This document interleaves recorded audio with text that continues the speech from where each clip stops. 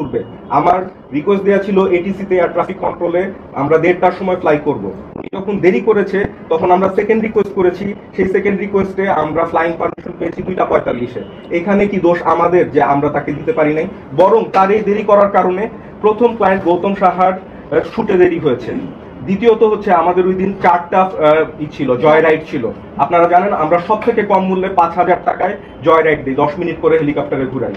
তো আমাদের 4টা জয় রাইড ছিল, আমরা একটা জয় রাইড করতে পেরেছি, বাকি 3টা জয় রাইড আমাদের ক্যান্সেল হয়েছে এবং আমাদের প্রত্যেকের টাকা ফেরত দিতে হয়েছে। আমরা কোম্পানি কিন্তু এটার ক্ষতিগ্রস্ত হয়েছে, আমরা কোনো ক্লেম করি নাই। যে ঠিক আছে, আমাদের ইন্ডাস্ট্রি, আমার ওয়াইফও তো একই ইন্ডাস্ট্রির, আমিও তো একজন বিজ্ঞাপন নির্মাতা, আমরা এই বিষয়গুলো বুঝি, আমরা কিন্তু এটা নিয়ে কিছুই বলি নাই, কিন্তু তারপরও তারা এটা করলো। এবং মজার বিষয় দেখেন, 2 দিন পরে তারা যখন বললো যে কনসেপ্ট চুরি করা হয়েছে, পুরা এলিগেশন কার বাড়ি শখের। বাড়ি শখ এখানে কে? বাড়ি শখের এটা শুট না, বাড়ি শখ এটার ক্লায়েন্ট না, বাড়ি শখ হচ্ছে ফ্লাই ট্যাক্সি এভিয়েশনের ব্র্যান্ড অ্যাম্বাসেডর। এবং আপনারা দেখবেন যে তারা যেই এটা করেছে, সংবাদ সম্মেলনটা করেছে, সেই সংবাদ সম্মেলনে কারা আসছে? একজন নারী উদ্যোক্তা এবং আরেকজনকে আমি চিনি না। এরা শুটের সাথে কোনোভাবে সম্পৃক্ত না, এরা মাঠেও ছিল না, কিন্তু তারা এমন ভাবটা করলো যে তারা সব দেখে ফেলেছে, সব জানে। কিন্তু আমার প্রশ্ন হচ্ছে, আপনার শুট নিয়ে যদি আপনার কমপ্লেইন থাকে, তাহলে তো আপনার সেই শুটের মডেলরা থাকবে, কোরিওগ্রাফাররা থাকবে, ফটোগ্রাফাররা থাকবে, তারা কেউ আসলো না কেন? 2টা আননোন মানুষ কেন উদ্দেশ্য প্রণোদিত ভাবে একটা আরেক মানুষকে, আমার ওয়াইফকে, বারিশা হককে কেন বারবার তারা ক্লেম করলো চুরি করেছে? কনসেপ্ট তো তার না, শুট তো আরেকজনের। তাহলে কেন এই পাবলিক স্ট্যান্ডবাজি করা হয়েছে? এই পাবলিক স্ট্যান্ডবাজি করা হয়েছে, এখানে অনেক বড় ষড়যন্ত্র আছে, আমি আজকে এটা প্রমাণ করব। যারা ওই প্রেস কনফারেন্সে ছিল প্রত্যেকে প্রতারক, আমি আজকে প্রমাণ সহ দিব। ওরা এই স্টানবাজি করেছে যে ওরা যদি বারিশকে ফ্রেম করতে পারে যে হেলিকপ্টার চুরি করছে, ইন্টারন্যাশনাল একজন ফ্যাশন ডিজাইনার আসছে, তাহলে সে তার কাছ থেকে টাকা নিতে পারবে বিভিন্ন মডেলের কাছ থেকে, যেটা সে 2023 সালেও নিয়েছে। উনি বিভিন্ন দেশের বিভিন্ন জায়গায় বিদেশে শুট করবে, র্যাম্প করাবে, হাঁটাবে, শোতে নিয়ে যাবে, এই বলে 5 থেকে 7 জন মডেলের কাছ থেকে টোটাল 45 লক্ষ টাকা নিয়েছে। যেই টাকা এখন পর্যন্ত উনি ফেরত দেয় নাই, না তাদের বিদেশে নিয়ে গেছে, না শো করছে, না তাকেই করছে, সকল এভিডেন্স আছে, সেই টাকা ফেরত দিচ্ছে। আমরা যখন এই বিষয়টা দেখলো তারা, তখন বিদেশ থেকে আমাদের সাথে 2 জন যোগাযোগ করেছে। এটা হচ্ছে লোরাটো কোম্পানি, যেটা হচ্ছে রোজা আফরোজের। পুরো নামটা বলতে হবে। এখানে রোজা আফরোজের আছে, আমি ক্লায়েন্টের নাম বলছি না, আপনাদেরকে আমি সব ডকুমেন্ট দিয়ে দিব, আমি শুধু তাদের প্রাইভেসির স্বার্থে নামগুলো বলছি না। এই হচ্ছে এগ্রিমেন্ট 2023 সালের 22 জুন, যে এক মডেলকে উনি আমেরিকায় নিয়ে যাবে, শুট করাবে, এই কারণে 5,35,000 টাকা সে নিচ্ছে। নেয়ার পরে সেই মডেলকে সে আমেরিকায়ও নিতে পারে নাই, টাকাও ফেরত দেয় নাই। তারপর ওই মডেল যখন তার কাছে টাকা চাইলো, সে বাংলাদেশ থেকে ভেগে ইউকে চলে গেছে। চলে যাওয়ার পরে সেই মডেল উত্তরা পশ্চিম থানায় একটা অভিযোগ করেন। অভিযোগ করার পরপরই এই মহিলা সব রকম যোগাযোগ বন্ধ করে দেয়। বন্ধ করে দেওয়ার পরে এই টাকা উদ্ধার করা যায় না। 2024 সালে যখন রোজা আফরোজ আবার আসে বাংলাদেশে আসার পরে সেই ভুক্তভোগী আবার পুলিশের মাধ্যমে তাকে ধরে এবং অঙ্গীকার দেওয়ায় সে যাতে তার টাকা ফেরত দেয়। এই টাকা 2024 সালে দিয়ে দেওয়ার কথা ছিল, রোজা আফরোজ দিয়েছে 1 লক্ষ সামথিং টাকা ফেরত, এখন পর্যন্ত বাকি টাকা ফেরত দেয় নাই। একই সাথে লন্ডনের কোর্ট থেকে তাকে ফ্রডের জন্য 4,587 পাউন্ড জরিমানা দিতে বলা হয়েছে। আমি এই ফাইলগুলো আপনাদের কাছে দিয়ে দিব। উনার ব্যবসায়ী হচ্ছে যে বিভিন্ন মডেলদের কাছ থেকে ফটোশুটের কথা বলে, বিদেশে শোর কথা বলে টাকা নেওয়া এবং সেটা আত্মসাৎ করা। এবং এই কারণেই ওই দিন এই শোর সাথে জড়িত না, শুটের সাথে জড়িত না, বাকি 2 ফ্রডও আসছে। এরা শুধু পাবলিক স্ট্যান্ডবাজি দিয়েছে। তারা তো বলেছিল আমাদের বিরুদ্ধে আইনি করবে, অভিযোগ কোথায় সেটা আমরা অপেক্ষা করেছিলাম। আজকে তাদের কালো ছায়া আমি আপনাদেরকে দিচ্ছি। মজার বিষয় বলছি, যে লোরাটো কোম্পানি বলছেন, আপনি দেখেন এই কোম্পানিকে 2023 সালে ইউকে ব্যান করে দিছে, বিকজ তারা ফ্রড। এই যে দেখেন 2022 সালে এই কোম্পানিকে সিজ করা হয়েছে, 2023 সালে এই কোম্পানিকে ডিসলভ করে দিচ্ছে, বিকজ এই কোম্পানি আসলে এক্সিস্টই করে না ইউকেতে এখন আর। কিন্তু তারা এখনো বাংলাদেশে লোরাটো কোম্পানির শো হবে, এই হবে সেই বলে প্রলোভন দেখাচ্ছে, টাকা নিচ্ছে এবং অনেকে ভয়ে আপনার কাছে মানে টাকা ফেরত তো চাইতেই পারতেছে না। বরং আজকে এক প্রেস কনফারেন্সে একজনের আসার কথা ছিল, একজনের ভুক্তভোগীর, তাকে থ্রেট করা হয়েছে যে তুমি যদি আসো তাহলে তোমার অনেক সমস্যা হবে। এই জন্য সেই প্রেস কনফারেন্সে আসে নাই। আমরা এতক্ষণ যাবত ওয়েট করেছি, সে বলছে ভাই আমি খুব ভয় পাচ্ছি, আমি আসতে পারবো না। তবে তার ফাইল সে আমাকে পাঠিয়ে দিয়েছে। ইউকে থেকে আমাদের কাছে সব এভিডেন্স এগুলো সব ইউকে থেকে এসেছে। এটা যেখান থেকে এসেছে, আমি ইউকে তে 1.5 মাস আগে যখন গিয়েছিলাম একটা ব্যবসায়িক কাজে, তখন ইউকে কমিউনিটিতে আমার যোগাযোগ হয়, বাঙালি কমিউনিটিতে, এবং যেই বাড়িওয়ালার কাছে এই পেপারটা আসছে সেই বাড়িওয়ালাই আমাকে এই সব পাঠিয়েছে। ইউকের সকল কিছু সে পাঠিয়েছে, এবং আরেকজন তো বাংলাদেশী, তাকেও আমি কিন্তু এই কাগজগুলো এখানে ফাইল করা আছে, আপনারা দেখে নেবেন। আমি শুধু জনস্বার্থে এটা বলতে চাই যে প্রথমত তারা যে বারিশের চরিত্র হনন করলো, মানহানি করলো, এজন্য তো আমরা আইনি প্রসিডিউরে যাবই। দ্বিতীয়ত হচ্ছে এই যে তারা মিডিয়া অঙ্গনকে কলঙ্কিত করছে ফ্রডগিরি করে, তাদের জন্য কর্তৃপক্ষকে দৃষ্টি আকর্ষণ করছি, এই ফ্রড যেন বাংলাদেশ থেকে পালাতে না পারে, তাকে যেন আইনের আওতায় নেওয়া হয়, এবং যত জনের কাছ থেকে সে টাকা নিয়েছে সেই টাকা যেন ফেরত দেওয়া হয়। এটা হচ্ছে আমাদের দাবি। এবং একই সাথে তারা পাবলিকালি মাফ চাবে শুধু স্টানবাজি করার জন্য এবং কোনো এভিডেন্স প্রমাণ না করার জন্য। না ফ্লাইট ট্যাক্স এভিয়েশনের বিরুদ্ধে তারা কোনো অভিযোগ দিতে পেরেছে লিখিত, না তারা বারিশ হকের বিরুদ্ধে কোনো দিতে পেরেছে। তারা যেটা বলেছে যে হেলিকপ্টারের শুট কনসেপ্ট চুরি করা হয়েছে, উই শুটে ছিল মারিয়া কিসকটা আপু, উনি নিজে 2 বার হেলিকপ্টারের সামনে শুট করেছে। 2023 সালে আমাদের নিজস্ব ফটোশুট আছে ফ্লাইট ট্যাক্স এভিয়েশন থেকে, আমার এবং বারিশার। 2024 সালে একজন বিজ্ঞাপন নির্মাতা, সে হচ্ছে হাদি ভাই, উনি নিজে হেলিকপ্টারের সামনে শুট করেছে। কিছুদিন আগে নিশো ভাই, শিহাব শাহিন ভাই, উনিও হেলিকপ্টারের সামনে শুট করেছে। তার আগে ববিতা আপার আমল থেকে বাংলাদেশে হেলিকপ্টার ব্যবহার করে আসতেছে। এটা কোথাকার চুরি হলো? কনসেপ্ট চুরি। এটা কি বিশ্বের প্রথম কনসেপ্ট? যে কেউ যা কিছু বলে ফেলবে, যে কোনো অভিযোগ দিয়ে দিবে, এটা তো আর মানা যাচ্ছে না। আমাদের সোশ্যাল মিডিয়া নষ্ট করে ফেলতেছে বাজে বাজে কথা বলে। এই ধরনের নারীদের ধিক্কার জানাই আমি। এ তো শুধু একজনকে অপমান করতেছে না, পুরা নারী জাতিকে এরা অপমান করতেছে, বডি শেমিং করতেছে, যা ইচ্ছা তা বলতেছে। এগুলো কি? এগুলোর প্রতিকার চাই আমরা, এবং আইনি পদক্ষেপ আমরা নিব। বাকি কথা বারিশা বলো। ধন্যবাদ সকল উপস্থিত সাংবাদিক ভাই বোনেদেরকে, আপনারা এখানে সময় নষ্ট করে এসেছেন আমাদের ডাকে। প্রথমত হচ্ছে যে এলিগেশনসটা এসেছিল ফ্লাইট ট্যাক্স এভিয়েশন এবং হেলিকপ্টার জোরপূর্বক নিয়ে ফটোশ্যুট এবং কনসেপ্ট চুরি, সেটা নিশ্চয়ই আপনারা ইতিমধ্যে ক্লিয়ার হয়ে গেছেন, এবং সকল এভিডেন্সের যে হার্ড কপি সেগুলো আপনাদের কাছে আমরা দিয়ে দিব। আপনারা সেগুলো প্রোভাইড করে সেগুলো দিয়ে নিউজ করতে পারবেন, এবং আমাদের সাথে যারা আমাদের আইনজীবীরা আছেন ওনারাও এই বিষয়টি দেখছেন, ওনাদের কাছেও সকল এভিডেন্স দেওয়া হয়েছে। আমি আপনাদেরকে শুধু এটুকুই বলতে চাই, ইতিমধ্যে এটি ন্যাশনাল প্ল্যাটফর্মে এসেছে, অনেক সাংবাদিকরা নিউজ করেছেন, এবং সোশ্যাল মিডিয়াতে আপনারা দেখেছেন রীতিমতো তোলপাড় সৃষ্টি হয়ে গেছে। উদ্দেশ্য প্রণোদিতভাবে যে বা যারা বারবার আমার এই ক্যারিয়ার নষ্ট করতে চাচ্ছেন, আমার এই সুনাম, আমার দীর্ঘদিনের পরিশ্রম এবং সততার সাথে একটা জায়গা তৈরি করে আমি এখন ব্র্যান্ড প্রমোটার হিসাবে যে এস্টাবলিশ হয়েছি, এবং আমি এখন এক বা একাধিক ব্র্যান্ডের ব্র্যান্ড অ্যাম্বাসেডর হিসেবে যুক্ত আছি, সেই সকল ব্র্যান্ডের ভ্যালু নষ্ট করা, সেই সকল ব্র্যান্ডের মানহানি এবং ব্র্যান্ড অ্যাম্বাসেডর হিসেবে আমি বারিশ হক আমার মানহানি করার জন্য কিছু দুষ্টু চক্র উঠে পড়ে লেগেছে। আপনারা বিগত কয়েক মাস আগেও দেখেছেন একটি বেসরকারি টেলিভিশনে আমাকে বিভিন্নভাবে হেয় করার চেষ্টা করা হয়েছে, এবং পরবর্তীতে বিভিন্ন কন্টেন্ট ক্রিয়েটাররা বা নতুন ব্র্যান্ড প্রমোটাররা আমাকে নিয়ে বিভিন্ন ধরনের কন্টেন্ট তৈরি করেছে, যেটা আমার জন্য মানহানিকর। এমনকি তারা আমাকে বয়কটেরও ডাক দিয়েছিল। সেই অবস্থা থেকে আমি শক্ত হাতে উঠে এসেছি, এবং সেই ট্রমার মধ্যে দিয়ে আমি যখন ছিলাম, আমরা কোর্ট পর্যন্ত গেছি, সেখানে আমার আইনজীবী ছিলেন জান্নাতুল পিয়া, আপনারা দেখেছেন। ওই কেসটা এখনো চলমান আছে। আমি আসলে একজন নারী হিসেবে কখনোই একজন নারীকে ক্ষয়ক্ষতি করা বা একজন নারীর পিছনে লেগে থাকা এগুলো পছন্দ করি না, কারণ ব্যক্তিগতভাবে আমার এত সময়ও হয় না। আমার এবং আমার হাজবেন্ডের বেশ কিছু যৌথ বিজনেস আছে, আমি নিজেই অনেক ব্যস্ত থাকি আমার সংসার বাচ্চা নিয়ে। তো আমি সেই মামলা মোকদ্দমাগুলোকে আস্তে আস্তে স্টপ করেছি, এবং আপনারা জানেন যে এই আইনি প্রসিডিউরগুলো একটু লেন্দি হয়, তো সেজন্য ওগুলো এখনো চলমান আছে। যদি আমি চাই সেগুলোতে আরো বেশি সময় দিলে সেগুলো আরো দ্রুত আগাতো। কিন্তু এই যে আবারও পুনরায় সেই একই ব্যক্তিরা যারা আসলে এই হেলিকপ্টার শুটের সাথে যুক্ত ছিলই না, এবং সেই নারী উদ্যোক্তা উনি পরিচয় দিয়েছেন যে যেই ফ্রড ওনার নামটা হচ্ছে রোজা। আমি ওনাকে ফটোশুটের দিন ওনার সাথে আমার দেখাও হয়নি, কিন্তু প্রেস কনফারেন্সে মিথ্যা অভিযোগ দেওয়া হয়েছে যে আমি ওনার সাথে খারাপ ব্যবহার করেছি, যেই মানুষটার সাথে আমার দেখা হয়নি, এবং ওখানে 2 জন সাংবাদিক উপস্থিত ছিলেন। আমি ঠিক জানি না ওনাদের নামটা, ওনারা নিজেরা রাজসাক্ষী যে আমার ওনার সাথে ওই দিন ফটোশুটে দেখা হয়নি। এবং রিপন সাহেব ছিলেন ওখানে। আমার রোজা সাথে ওনার সাথে আমার ফটোশুটের দিন কোনো দেখা হয়নি, তো খারাপ ব্যবহার বা দুর্ব্যবহারের কোনো প্রশ্নই আসে না।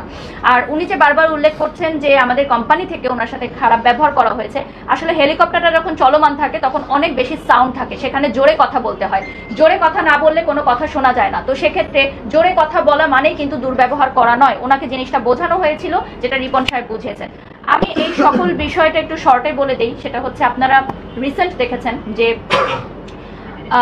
প্রেস কনফারেন্স আপনারা গেছিলেন, সেখানে অভিযোগকারী যিনি রোজা আছেন, যাকে এখন আমরা ফ্রড হিসাবে আপনাদের কাছে প্রমাণগুলো দিলাম, তার সাথে তার বড় বোন পরিচয় দেওয়া বা ছোট বোন পরিচয় দেওয়া যে নারী উদ্যোক্তা ছিলেন, এবং তার পাশে আরেকজন মেয়ে ছিলেন যার নামে আমার অলরেডি কোর্টে মামলা চলছে। তো এই তিনজন মিলে উদ্দেশ্য প্রণোদিতভাবে আমার নামটি ব্যবহার করে আমাকে হেয় প্রতিপন্ন করার চেষ্টা করেছেন, এবং পরবর্তীতে সেই নারী উদ্যোক্তা লাইভে এসে অশালীন ভাষায় অঙ্গভঙ্গি করে, অকথ্য ভাষায় গালিগালাজ করে আমাদের সম্পূর্ণ মিডিয়া ইন্ডাস্ট্রি এবং সামাজিক যোগাযোগ মাধ্যমকে, মানে আমি জানি না এটা কোন ভাষা ব্যবহার করতে হয়, সকল নারী জাতিকে অপমান করেছেন। একজন মা হিসাবে আমার বডি শেমিং করেছেন। 2025 সালেও এসে আমাদেরকে বডি শেমিং এর মতো জঘন্য বুলিং এর শিকার হতে হয়েছে। আমার মানসিক স্বাস্থ্যের কথা চিন্তা করে আমি আজকে এখানে এসেছি যে এই ধরনের মানে নারীরা যারা সামাজিক যোগাযোগ মাধ্যমে বুলিং করে থাকেন এবং এইটাই এস্টাবলিশ করে থাকেন যে বুলিং করার মাধ্যমেই রিচ, ফেসবুক রিচ এবং ফেসবুকের ভিউ বাড়ানো যায়, তাহলে আমাদের পরবর্তী জেনারেশন বা সমসাময়িক যারা আছে তারা এটাই ধরে নিবে যে আমরা সামাজিক যোগাযোগ মাধ্যমে আর কোনো ভালো কাজ করব না, আমরা ঝগড়াঝাটি করব, গালাগালি করব, বুলিং করব, অশালীন ভাষা ব্যবহার করব, অঙ্গভঙ্গি করব, তাহলেই কেবলমাত্র আমাদের প্রচার প্রসার হবে, ভিউ হবে, আমরা ভাইরাল হব। ভাইরালকে একটা নোংরা শব্দ হিসাবে তারা ব্যবহার করছেন, এবং আমার নাম তারা বিভিন্ন জায়গায় ছবি সহ প্রকাশ করছেন। ওই ভিডিওগুলো ক্লিপ কেটে কেটে ছোট বাচ্চাদের সামনে অকথ্য ভাষায় ব্যবহার করা হচ্ছে, তাদের স্টাফদের সামনে তাদের স্টাফরাও যুক্ত হয়ে বিভিন্ন অঙ্গভঙ্গি করে দেখানো হচ্ছে। এবং তিনি লাইভে এসে সরাসরি বলেছেন যে ব্র্যান্ড প্রমোটারদেরকে ব্র্যান্ডের মালিকরা টাকা দিয়ে ভাড়া করে কিনে এনে চাকরের মতো খাটায়। চাকর শব্দটা তিনি উচ্চারণ করেছেন এবং বলেছেন যারা মডেল, যারা নায়িকা, যারা হচ্ছে আমরা যারা ব্র্যান্ড প্রমোটার, তাদেরকে ভাড়া করে টাকা দিয়ে নিয়ে এসে চাকরের মতো খাটানো হয়। তার মানে কি আমরা যারা আছি এখানে উপস্থিত আমরা সবাই চাকর? যারা জব করছেন তারা সবাই বসের আন্ডারে চাকরের মতো খাচ্ছেন টাকার বিনিময়ে? আমার বাবা, আপনার মা, আমার বোন কোথাও না কোথাও চাকরের মতো খাচ্ছে। সকল নারী জাতিকে অপমান করা হয়েছে, সকল পুরুষ জাতিকে অপমান করা হয়েছে, বডি শেমিং করা হয়েছে, আমার জিমের ইনস্ট্রাক্টর সহকারে আমাদের অঙ্গভঙ্গিগুলো করে দেখানো হয়েছে, একজন মাকে বডি শেমিং করা হয়েছে, সম্পূর্ণ ব্র্যান্ড প্রমোটার সেক্টরকে ধূলিসাৎ করার জন্য ষড়যন্ত্র করা হচ্ছে। আমি যে সকল ব্র্যান্ডের সাথে যুক্ত আছি সেই সকল ব্র্যান্ডকে হেয় করা হচ্ছে, যাতে সেই সকল ব্র্যান্ডরা উঠে দাঁড়াতে না পারে, প্রমোশন না করাতে পারে। যত ছোট ছোট উদ্যোক্তারা আছেন যারা নতুন শুরু করেছেন তারা যাতে ব্র্যান্ড প্রমোটারদেরকে নিয়ে কাজ করতে না পারে, তারা যাতে ব্র্যান্ড প্রমোটারদেরকে নিয়ে কাজ করে ডিজিটাল প্ল্যাটফর্মে হাইলাইট না হতে পারে। এটি একটি গভীর ষড়যন্ত্র। এটা এখন ক্লিয়ার হয়ে গেছে যে এটি একটি গভীর ষড়যন্ত্র। নতুন উদ্যোক্তাদের তৈরি হতে না দেয়া, নতুন ব্র্যান্ড প্রমোটারদের তৈরি হতে না দেওয়া, এই প্রফেশনটাকে ধূলিসাৎ করে দেওয়া, আমার ক্যারিয়ারটা, আমার দীর্ঘ 16 বছরের এই ক্যারিয়ারটাকে নষ্ট করে ধূলিসাৎ করে বন্ধ করে দেয়া, এবং সামাজিক যোগাযোগ মাধ্যমে এটাই প্রচার প্রসার করা গালাগালি করে, অশ্লীল ভাষা ব্যবহার করে, অশ্লীল অঙ্গভঙ্গি করে ভিউ এবং রিচ করা যায়, তাহলে আর্টিস্টিক বিষয়, শৈল্পিক বিষয় যারা সত্যি যোগ্যতা সম্পন্ন, যারা গুণ সম্পন্ন, তাদের কোনো ভিউ নেই, তাদের কোনো রিচ নেই। এবং এটাই আপনারা দেখেছেন কয়েকদিন রিসেন্ট অনেক ফেসবুক পেজ, অনলাইন ক্রিয়েটাররা এই বিষয়গুলোকে মেনশন করে করে পোস্ট দিয়ে তারাও রিচ, ভাইরাল হচ্ছে, এবং সবাই এটা বলছে যে এই বিষয়গুলো নিয়ে কথা বললেই তো ভাইরাল হওয়া যায়। তার মানে আমাদের পরবর্তী নেক্সট জেনারেশনের কাছে এটাই প্রচার করা হচ্ছে যে এই সামাজিক যোগাযোগ মাধ্যম আসলে অসামাজিক, এবং এটা কোনো সুস্থ স্বাভাবিক সামাজিক যোগাযোগ মাধ্যম হতে পারে না।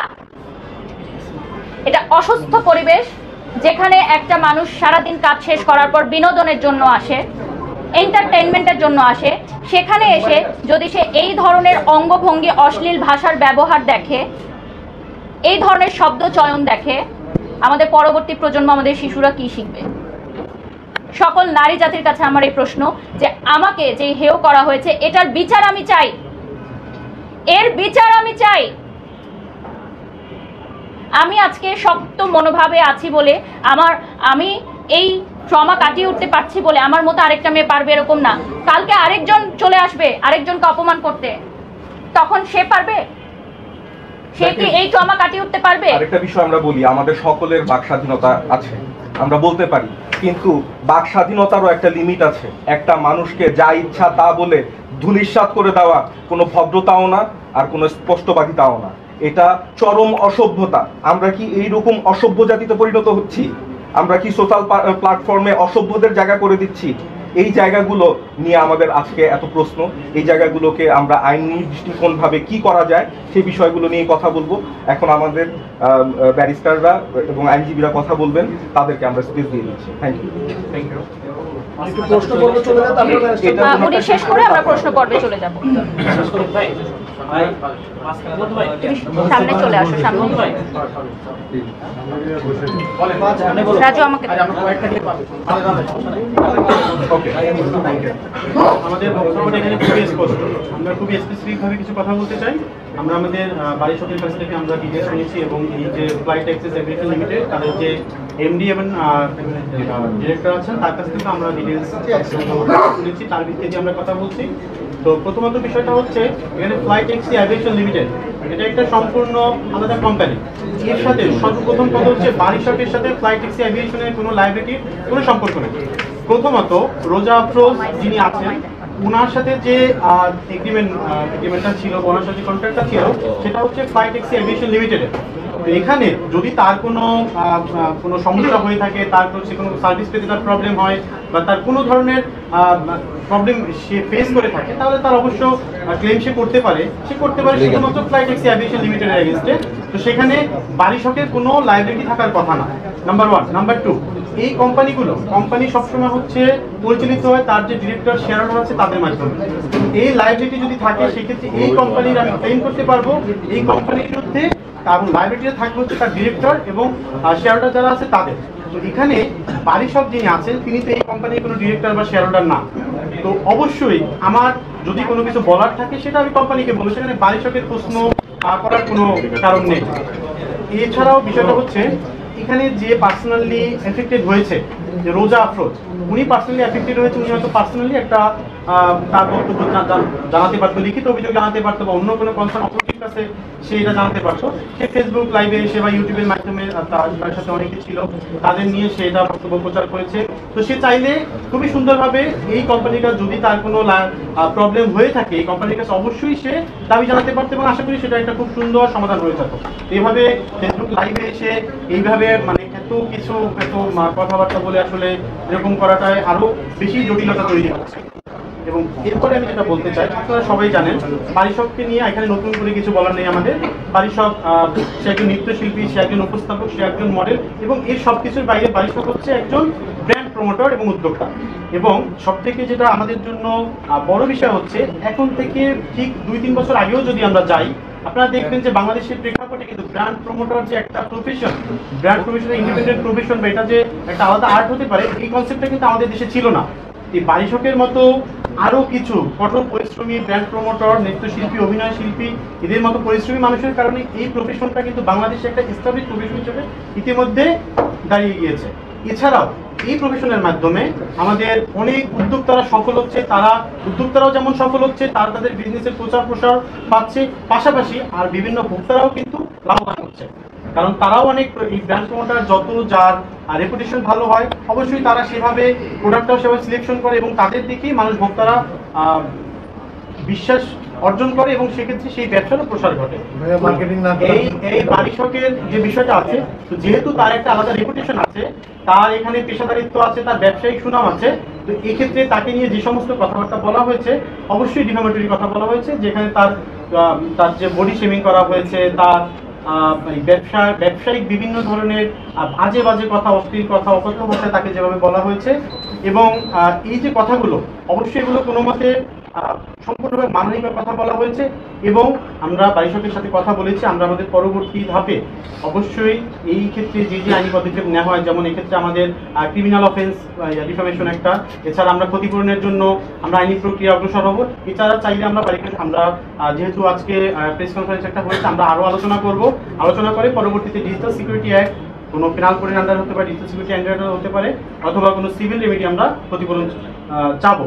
বাকিটা হচ্ছে আমাদের পরবর্তী ডিসকাশনের উপরে, আমরা পরবর্তী আইনি প্রক্রিয়া অগ্রসর হব। আপনারা এখন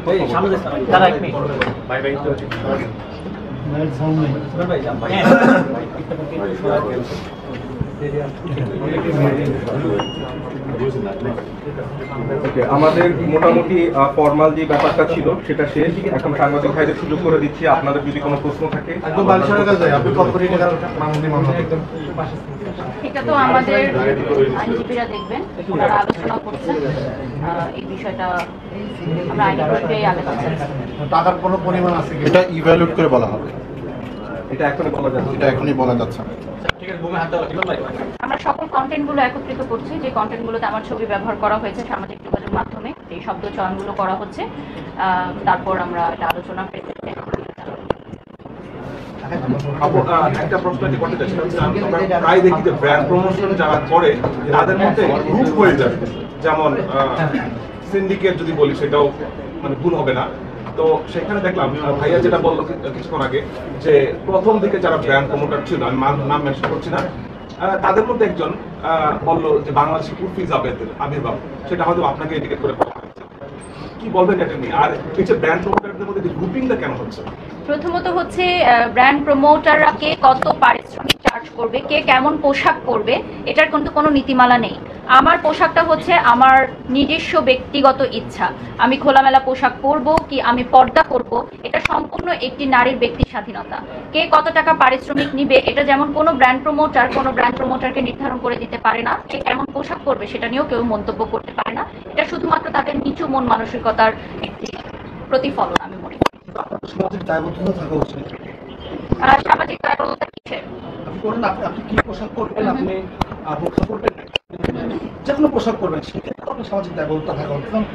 আমার বিশেষ মানুষ আইডল হিসেবে নেয় ডেফিনেটলি, এবং আমি যে প্রফেশনে আছি সেখানে ডেফিনেটলি আমার জায়গা বুঝে পোশাক পরতে হয়। আমাকে বিভিন্ন প্রমোশনের কাজে বিভিন্ন ধরনের পোশাক ক্যারি করতে হয়। যেহেতু আমি একজন মডেল, ব্র্যান্ড প্রমোটার হিসেবে কাজ করার আগে আমি দীর্ঘ 12 বছর শোবিজ ইন্ডাস্ট্রিতে কাজ করেছি।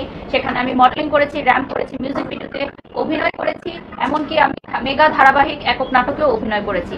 তো সেই জায়গা থেকে আমার নিজস্ব পোশাকের স্বাধীনতা আমার থাকতেই পারে। স্বাধীন বাংলাদেশে এতটা স্বাধীনতা আমাদের থাকা উচিত যে আমরা কে কি পোশাক করব সেটা নিয়ে অন্য কারো মন্তব্য অবশ্যই আমাদেরকে সইতে হবে না। আপু, রিসেন্টলি কি বারিশ হকের এক শত্রু বেড়ে যাচ্ছে কিনা? কারণ কয়েকদিন আগে দেখলাম যে একজন ব্র্যান্ড প্রমোটার বলছে সব কাজ বারিশ হক নিয়ে যাচ্ছে, এরকম বলছে। আসলে কারণটা কি? আসলে আচ্ছা আমি বলি, ব্যাপারটা হচ্ছে যে দেখেন, ব্র্যান্ড প্রমোশনটা এখন একটা চ্যালেঞ্জিং সেক্টর হয়ে গেছে। অনেকে নতুন ব্র্যান্ড প্রমোটার করতে চাচ্ছে, পুরনো যারা ছিল তারা হয়তো যুগের সাথে তাল মিলে যেতে পারতেছে না। আমি স্পেশালি বারিশের কথা বলি, যে যত রকম টেকনিক্যাল অ্যাডভান্টেজ আছে সেই অ্যাডভান্টেজগুলো ব্যবহার করে আমরা একটা কোম্পানিকে ফোকাস করার চেষ্টা করি। সেটা সেট আপ বলেন, ক্যামেরা থেকে শুরু করে, সেট থেকে শুরু করে, এবং প্রেজেন্টেশনের স্টাইল থেকে শুরু করে যাই বলেন, সেটা আমরা একটা মানে স্ট্যান্ডার্ড তৈরি করেছি, যে এই স্ট্যান্ডার্ড হলেই এটাকে ব্র্যান্ড প্রমোশন এবং ব্র্যান্ড প্রমোটার। অনেকে আগে হয়তো কোনোভাবে কাজ টাজ করেছেন, ভাইরাল হয়ে ব্র্যান্ড প্রমোশন করতে আসছিলেন, এখন সেই প্রফেশনালিজম, সেই টেকনিক্যাল সাপোর্ট এবং অন্যান্য কিছু পাচ্ছে না, তাই তারা আগাতে পারছে না। একটা কোম্পানি কাকে হায়ার করবে? যার কাছ থেকে চূড়ান্ত প্রফেশনালিজম পাওয়া যাবে, যে কমিটেড থাকবে, যে চূড়ান্ত ভাবে কোম্পানির জন্য খাটবে, তাকেই ব্র্যান্ড হায়ার করবে। যাকে দিয়ে ব্র্যান্ডের সেল হবে, সোজা কথা, যাকে দিয়ে ব্র্যান্ডের সেল হয় তাকেই ব্র্যান্ড যেটাই বলেন না কেন সেভাবে না হয়। ব্যবসায়িকরা প্রতিটা মিনিটে টাকার অঙ্ক গুনে, এখানে লবিং, পলিটিক্স, আত্মীয় স্বজনের কোনো সুযোগ নেই। তাহলে প্রত্যেকটা কোম্পানিতে তার আত্মীয় স্বজন ভাই বোনরাই লাইভ প্রেজেন্টার হতো, তাই না? তাহলে আমাদেরকে এত লক্ষ লক্ষ টাকা দিয়ে ব্র্যান্ড অ্যাম্বাসেডর করার কোনো প্রয়োজন ছিল না।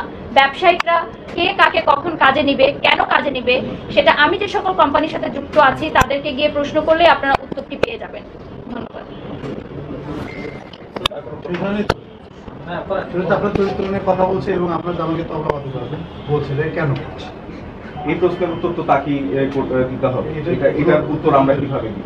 এখন বুলিং এর তো কোনো মাত্রা থাকতে পারে না, ওনারা তো বুলিং এর মাত্রা ছাড়িয়ে গেছেন। এটা তো সামাজিক যোগাযোগ মাধ্যমে উদ্যোক্তাদের যেই কমিটি আছেন, যারা হচ্ছে আমার সাথে যে সকল উদ্যোক্তারা কাজ করছেন, তারাও লজ্জার সম্মুখীন হচ্ছে যে নারী উদ্যোক্তাদের মুখ থেকে এই ধরনের ভাষা বা এই ধরনের পার্সোনালিটি বা এই ধরনের অঙ্গভঙ্গি তারা কখনো আশা করে না।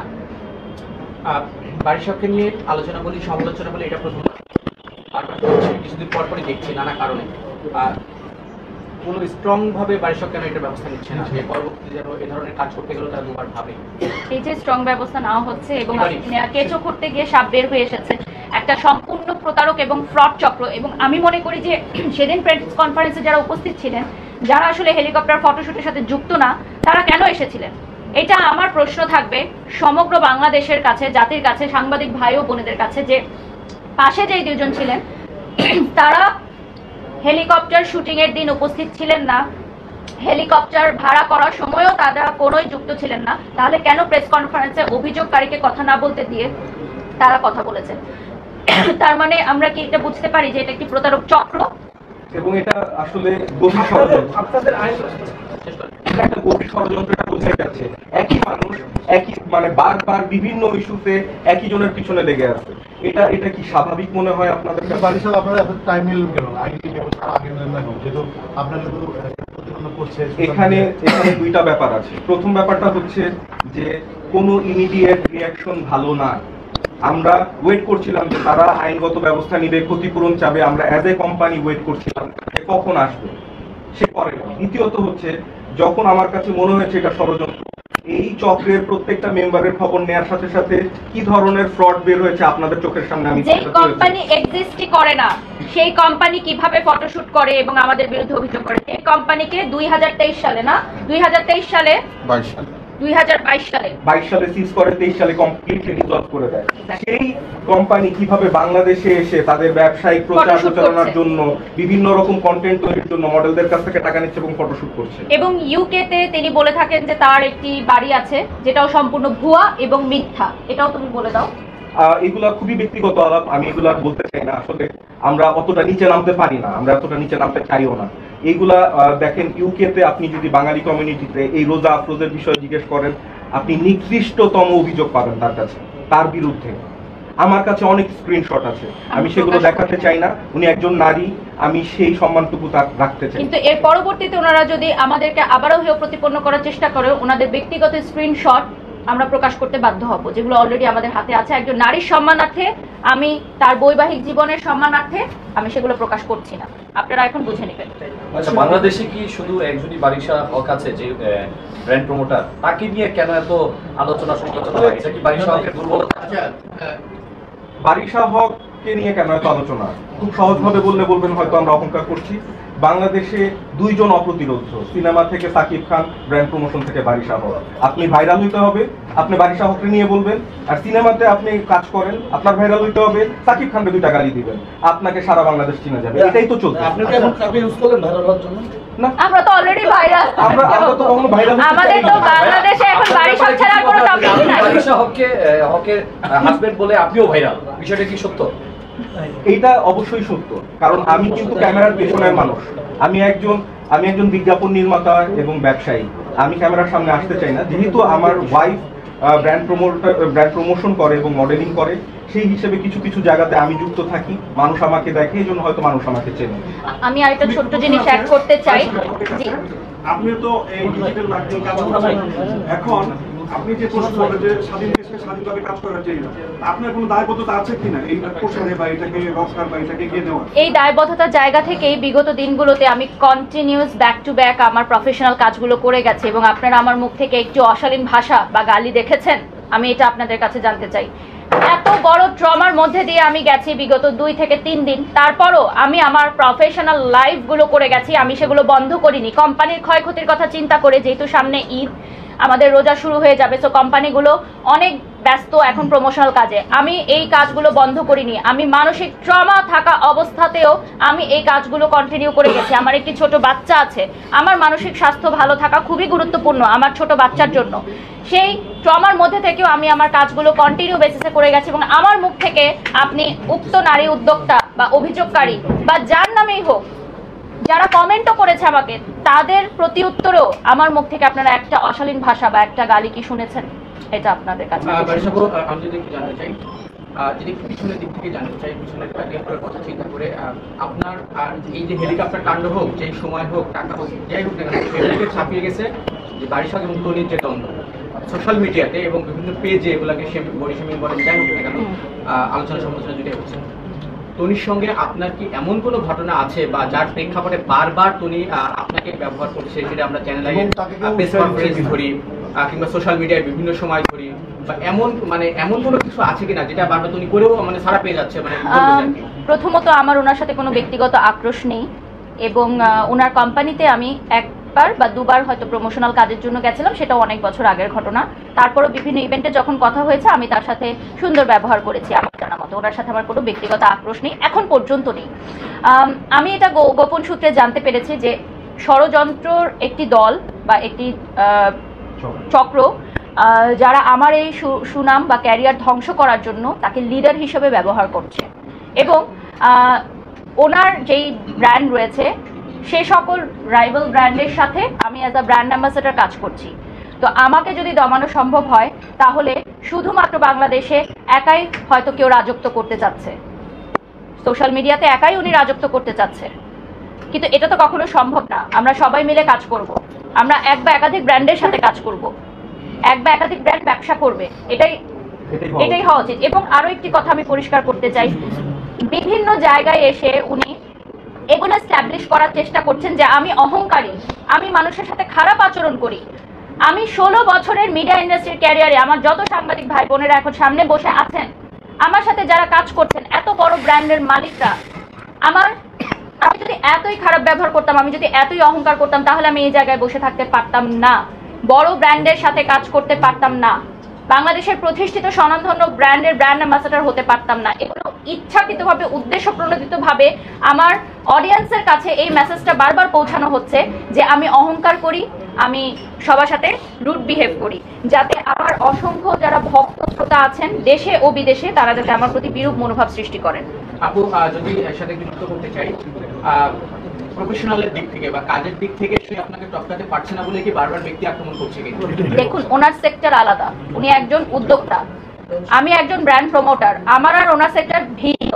কিন্তু আমাকে কেন উনি বারবার হেয় করার চেষ্টা করছেন এবং আমাকে কেন উনি বারবার দমানোর চেষ্টা করছেন এবং এক বা একাধিকবার আমাকে অশালীন ভাষা ব্যবহার করা হয়েছে, অশালীন অঙ্গভঙ্গি করা হয়েছে, ওনার স্টাফদেরকেও এইসব অশালীন অঙ্গভঙ্গিতে যুক্ত করা হয়েছে, যেটা খুবই লজ্জাজনক। এবং উনি এরকমও আমাকে অপবাদ দিচ্ছেন যে আমি ফ্যাসিস্ট সরকারের দোসর। এই বিষয়টা বারবার উনি আনার চেষ্টা করছেন কেন? এই বিষয়টা নিয়ে তুমি কিছু বলো। না, আমরা এই বিষয়টা একটু ক্লিয়ার করতে চাচ্ছি। আমার দুটো প্রশ্ন আছে, আমি শেষ করি। যদি আমার একটু ব্যক্তিগত, আমি জানি যে আমার সাথে একটা দ্বন্দ্ব হয়েছে বর্ষা চৌধুরীর সঙ্গে। আমরা তো এই টপিকে আজকে কথা বলতে আসিনি এখানে। আমি দুটো অডিও কিন্তু প্রকাশ করেছিলাম, সেখানে কিন্তু আপনাকে কিন্তু হেয় করেছে এবং গালাগাল করেছে। এবং আমি যেটা দেখেছি যে এই টনি বিভিন্ন মামলা সুযোগ সুবিধা কিন্তু বর্ষা চৌধুরীকে দিচ্ছে, আমি কিন্তু তার সাক্ষী ছিলাম। সেক্ষেত্রে তার বিরুদ্ধে কোনো আইনি পদক্ষেপ নেবেন না? আমার তো অন্য কাউকে নিয়ে এখানে কথা বলার কোনো কারণ নেই। আমি আজকে টপিকটা নিয়ে কথা বলবো এবং এই ইম্পর্টেন্ট টপিকটা নিয়ে একটু আমার হাজবেন্ড কথা বলবে, আপনারা একটু শুনবেন। সীমান্ত ভাই, আসলে পলিটিক্যাল যে কথা বলে এবং তিনিও লাইভে বলছেন যে সময় ব্যক্তির কারণে সে বারবার ওই আমলে উনি ছাড়া পেয়ে গেছে, এখন তো উনি নেই, এখন বারিশালকে আসলে কে আসলে তাকে সেটা দেবে, এই ধরনের কথাবার্তা উনি বলছেন। আমরা বললাম না, আপনি বুঝতে পেরেছেন, এটা নিয়ে কি বলবেন আসলে?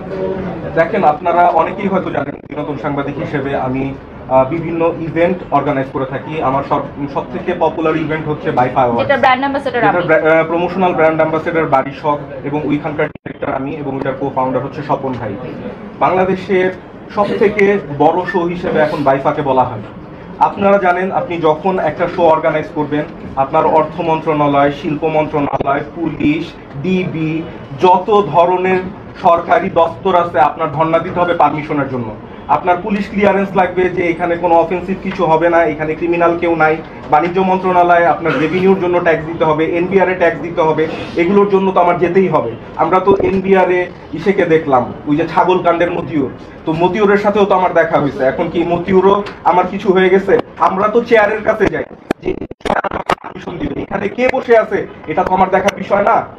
যার দেখার বিষয় ছিল তাদেরকে তো লাথি দিয়ে পাঠাই দিচ্ছে মানুষজন। এখন ওইখানে যদি দোসর বসে থাকে বা অন্য কেউ বসে থাকে, সেটা তো আমার ব্যক্তিগত বিষয় না। আমি আমার প্রফেশনের জন্য আমার তার কাছে যেতেই হবে। তার পারমিশন না পাইলে আমি শো করতে পারবো না। এটা বারবার এস্টাবলিশ করা হচ্ছে এবং আমি ওপেন চ্যালেঞ্জ করছি, বাংলাদেশে কেউ যদি প্রমাণ করতে পারে যে আমরা কোনোভাবে ফ্যাসিবাদের দোসর ছিলাম, তাহলে জুতা মেরে যাবে বাংলাদেশের মানুষ আমাকে। তবে আমি যদি মুখ খুলি, অনেকের কিন্তু কাপড় খুলে যাবে, অনেকের কাপড় খুলে যাবে। কে কে ফ্যাসিবাদের দোসর ছিল আর কে কে কি করছে সব আমার কাছে আছে। কিন্তু আমাদের কাছে সেই প্রমাণগুলো পাঠিয়েছেন অনেকে বিগত দিনগুলোতে, যে বিভিন্ন ইন্টারন্যাশনাল শো এর কারণে কিছু নারী উদ্যোক্তা এবং কিছু নারী অর্গানাইজার তারাও কিন্তু এমপি, মন্ত্রী, মিনিস্টারদের ধর্ণা দিয়েছেন এবং তাদের সাথেও ছবি আছে। এবং যার নামটি উচ্চারণ করে বারবার আমাকে হেয় করা হচ্ছে, ফ্যাসিস্ট সরকারের দোসর বলা হচ্ছে, তার সাথেও ওনার পরিচয় ছিল, যেটা উনি ফেসবুকে পরিপ্রকাশ করেননি। একদম আমার ব্যক্তিগত অভিজ্ঞতা বলি, উনার সাথে ওই ডিবির কর্মকর্তার সাথে আমার ব্যক্তিগত জীবনে 3 বার দেখা হয়েছে। উনার সাথে আমার দেখা হওয়ার পর মনে হয়েছে উনি ছবি তুলতে ভালোবাসে। উনার কাছে মিডিয়ার কেউ গেলেই বলে আসেন আমরা একটা ছবি তুলি। যখন এরকম একটা কর্মকর্তা বলবে যে আসেন আমরা ছবি তুলি, আমি কি বলবো আমি ছবি তুলবো না? আপনি কি পারবেন? এখন এই মুহূর্তে যদি কোনো উপদেষ্টা আপনাকে বলে যে আসেন আমরা একটা ছবি তুলি, আপনি আসছেন, আপনি না করতে পারবেন? আমার কাছে তো উনাকে ইনভাইটেশন দেওয়ার জন্য যেই কার্ড ছিল সেটা এখনো আছে, এবং উনার পারমিশন চাওয়ার জন্য যে লেটার আছে সেই লেটারটাও আমার কাছে আছে। এবং আমাদের ফ্লাইট ট্যাক্সি এভিয়েশনের জন্য ওনার সাথে আমাদের দেখা করা দরকার ছিল, আমরা করেছি। উনি আমাদের কাছ থেকে হেলিকপ্টার সাপোর্টও নেবেন বলে বলেছিলেন। তো কথা আপনি একটা বিষয় এগিয়ে গেছেন, সেটা হচ্ছে ভাইরাল ব্যাপার। সে বললেন যে আমরা অলরেডি ভাইরাল। আপনি আসলে কিভাবে ভাইরাল? আপনি কি পজিটিভলি ভাইরাল নাকি নেগেটিভলি ভাইরাল বলবেন? নেগেটিভ পাবলিসিটি তো এখন ভাইরাল। ভাইরাল শব্দটা তো এখন আর ভালো শব্দ হিসেবে আমরা প্রসার করছি না। সো নেগেটিভ পাবলিসিটি দিয়েই হচ্ছে ভাইরাল হচ্ছি আমরা।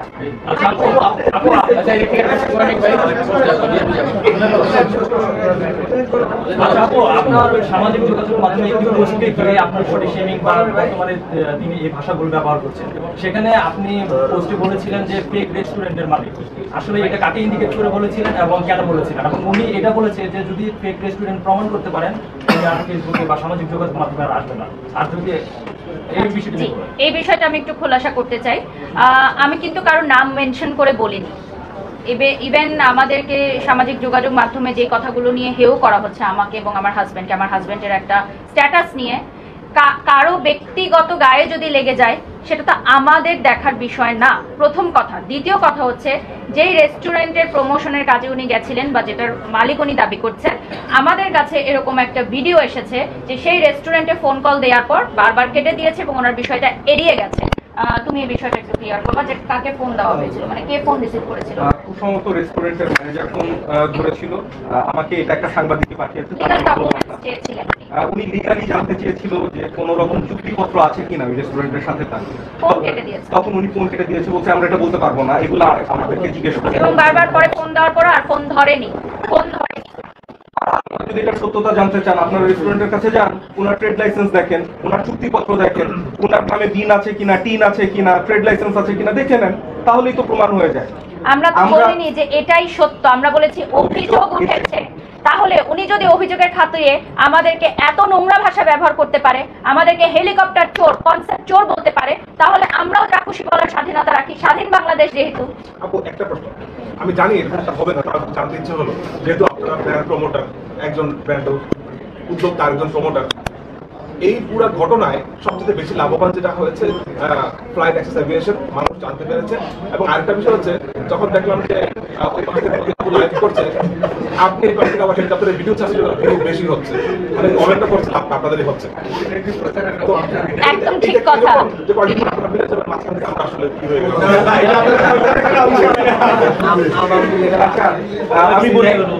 আমি বলি আজকে আসলে অনেক কিছু হয়ে গেছে, তবে ব্যক্তিগতভাবে ফ্লাইট ট্যাক্সি এভিয়েশন ওই উদ্যোক্তাকে ধন্যবাদ দেয়, কারণ উনার এই প্রেস কনফারেন্সের কারণে অনেকেই আমার ব্যবসায়িক পরিচয় জানতো না আমি কে, অনেকেই জানতো আমি বইয়ের টাকায় চলি, আমি এটাই এটাই ভালো, আমার ব্যবসায়িক পরিচয় রিভিল হয়েছে, আমার কোম্পানির চূড়ান্ত মার্কেটিং হয়েছে। ফ্লাইট ট্যাক্সি এভিয়েশন একমাত্র কোম্পানি যে হচ্ছে বাংলাদেশ আর্মি ওয়েলফেয়ার ট্রাস্টের সাথে চুক্তিবদ্ধভাবে কাজ করে।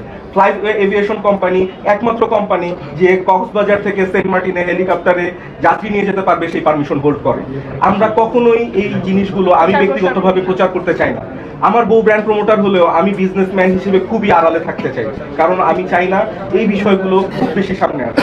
তো ওনাকে ধন্যবাদ যে আমাকে রিভিল করা এবং আমার ব্যবসায়কে প্রচার প্রচারণা করা দেওয়ার জন্য। এই সমগ্র ঘটনার মধ্যে সবচেয়ে ভালো একটা দিক হলো যে এই যে দুষ্টু চক্র, প্রতারক চক্র, যারা আমাদের মতো ছোট ছোট বোনদের যারা মিডিয়াতে কাজ করতে আসছে, যারা হচ্ছে স্বপ্ন নিয়ে আসছে, মডেল হওয়ার স্বপ্ন নিয়ে আসছে, আমিও একসময় নতুন ছিলাম, আমিও অনেক স্বপ্ন নিয়ে আসছিলাম, সেই প্রতারক চক্রগুলোর হাতে মুখোশ উন্মোচন হচ্ছে যে আমাদের আর কোনো ছোট বোনেরা যাতে এই দুষ্টু চক্রের মধ্যে না জড়ায় এবং লক্ষ লক্ষ টাকার ক্ষতির সম্মুখীন না হয়, এবং তাদের ব্যক্তিগত ছবি রিভিল করে দেওয়া হবে বলে থ্রেট দেওয়া হচ্ছে যে আজকে একজন ভুক্তভোগীকে আসতে মানা করে দেওয়া হয়েছে, বলেছে তাকে জানের হুমকি পর্যন্ত দেওয়া হয়েছে এবং তার পরিবারের সাথে যারা যুক্ত আছেন তাদেরও ক্ষতি করবেন বলেন। কত বড় একটি দুষ্টু চক্র, আপনি ভাবতে পারছেন যে এই চক্রটাকে আমরা যে উন্মোচন করতে পেরেছি তা আল্লাহ যা করে ভালোর জন্যই করা। হয়তো আমাদের এই সোশ্যাল মিডিয়ার এই গৃহযুদ্ধে, যেটাকে আমরা বলছি এখন সোশ্যাল মিডিয়ার যুদ্ধ, এর আড়ালে এই যে কেঁচো খুঁড়তে গিয়ে সাপ বেরিয়ে এসেছে।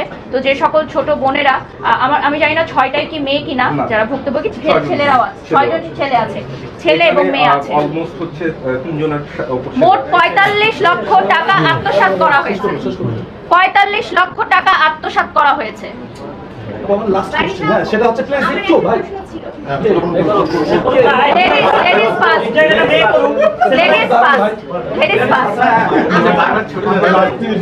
আজকে ছোট্ট একটা ক্লিপ এসেছে যেখানে উনি আপনার বডি শেমিং করছিল এবং আমি লাস্ট মুহূর্তে গিয়ে দেখেছি ওনার বাচ্চাও সেম ভাবে করার ট্রাই করছিল ক্যামেরার সামনে এসে।